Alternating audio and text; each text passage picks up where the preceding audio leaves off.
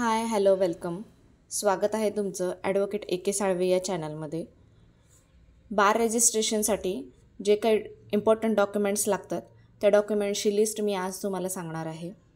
तर ज्यांचं 5 इयर्सचं LLB झालेलं आहे त्यांच्यासाठी 10वी 12वी आणि 5 इयर जे काही BA LLB आहे तुमचं 5 वर्षांचं 5 वर्षांचं म्हटल्याच्यानंतर 10 सेमिस्टर 10 सेमिस्टरचे तुमचे 10 रिझल्ट आणि लास्टला तुमचं प्रोविजनल सर्टिफिकेट एवढे पूर्ण तुम्हाला कॉपीज लागतील.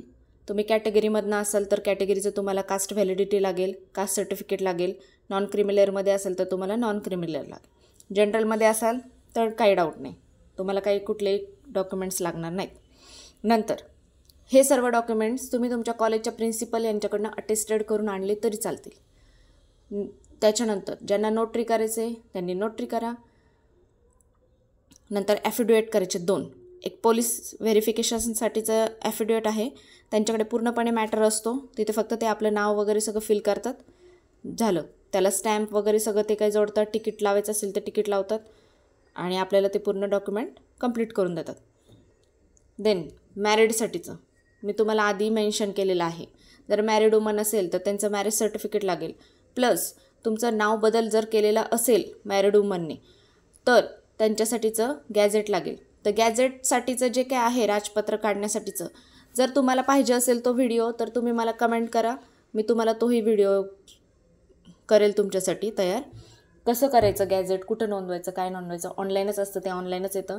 आपण त्याची प्रिंट घ्यायची. एक ते साधारण 20 ते 21 दिवसात तुमचं गॅझेटचं सर्टिफिकेट येऊन जातं. त्याच्यानंतर 3 इयर्सचं जे काय LLB आहे त्यांच्यासाठी पण 10वी 12वी तुमचे ग्रॅज्युएशनचे सर्टिफिकेट, तुम्ही BA केलं आहे, BCom केलं आहे, BSc केलं आहे, ते तुमचे लागतील 3 वर्षाचे. त्याच्यानंतर तिथं पण तुमचं कॉन्व्होकेशन लागेल म्हणजे सर्टिफिकेट, लास्टचं डिग्री सर्टिफिकेट.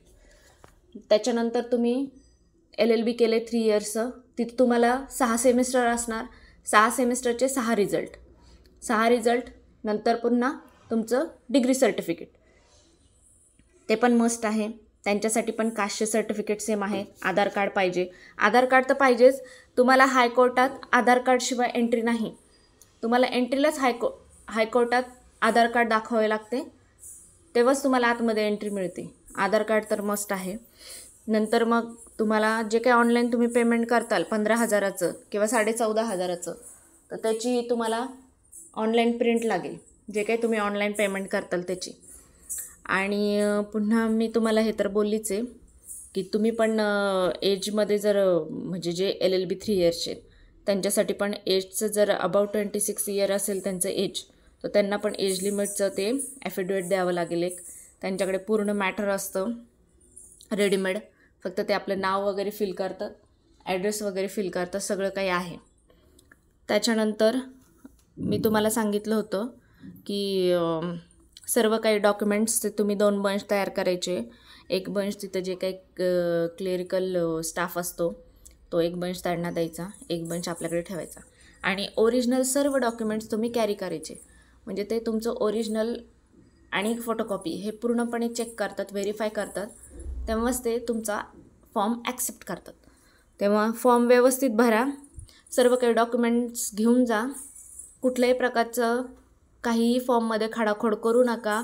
व्हाईटनर वापरावं लागेल अशी कुठलीही गोष्ट करू नका. मी पूर्णपणे तुम्हाला इन डिटेल फॉर्म कसा भरायचा, कसा आणायचा, सर्व काही पूर्णपणे तुम्हाला इन्फॉर्मेशन दिलेली आहे. मला नाही वाटत की हा व्हिडिओ पाहिल्याच्या नंतर कुणाचा फॉर्म चुकेल. सगळ्यांचा काही फॉर्म व्यवस्थितच भरला जाईल. आणि सर्वांना मी एकच सांगू इच्छिते, सर्वपणे डॉक्युमेंट्स सगळी फाईल तुम्ही कॅरी करा तुमची. सर्वांच्या झेरॉक्स पूर्णपणे नोटरी करा. सगळं काय तुम्ही अटेस्टेड कॉपीज घेऊन जा. पुन्हा जे काही तुम्हाला ॲफिडेविट करायचं असेल ते पण घेऊन जा. आणि फीज वगैरे सगळं व्यवस्थित भरा.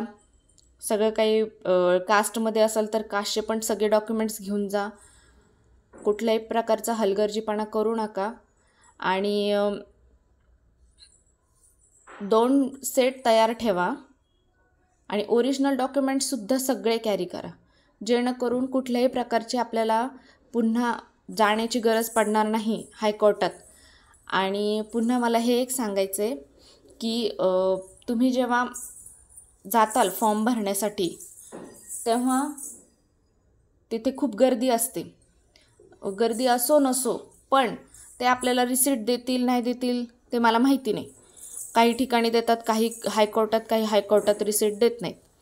तर तुम्ही तिथं रजिस्टरवर जी काही नोंद केलेली असते फॉर्म दिल्याची, तिथे तुम्ही साईन आणि डेट दिलेली असते, त्याचा मात्र फोटो तुमच्याकडे काढून ठेवा. आणि आणखी मला एक मेन गोष्ट सांगायची होती, पोस्टाने फॉर्म पाठवू नका. शक्यतो स्वतः जा आणि स्वतः फॉर्म जाऊन जमा करा. तुम्ही स्वतः जाऊन फॉर्म जमा करा. का तर जर काही क्वेरी निघाली तर आपण तिथं अवेलेबल असतो आणि फास्ट आपल्याला लगेच ॲक्शन घेऊन तिथं जे काय आहे ते प्रॉब्लेम सॉल्व करता येतो. पोस्टाने पाठवलं की ते काहीतरी क्वेरी येणार, मग ते पुन्हा रिटर्न येणार, मग आपण पुन्हा जाणार. असं काही होऊ नये म्हणून स्वतः तुम्ही हजर राहा आणि स्वतः तुम्ही फॉर्म सबमिट करा. चला, व्हिडिओ पाहिल्याबद्दल थँक्यू. लाईक करा, शेअर करा, सबस्क्राईब करा. काही वाटलं तर कमेंट करा. आणि जर तुम्हाला गॅजेट सर्टिफिकेट कसं काढायचं ह्याची जर माहिती हवी असेल तर मी नेक्स्ट व्हिडिओ नक्कीच घेऊन येईल. थँक्यू.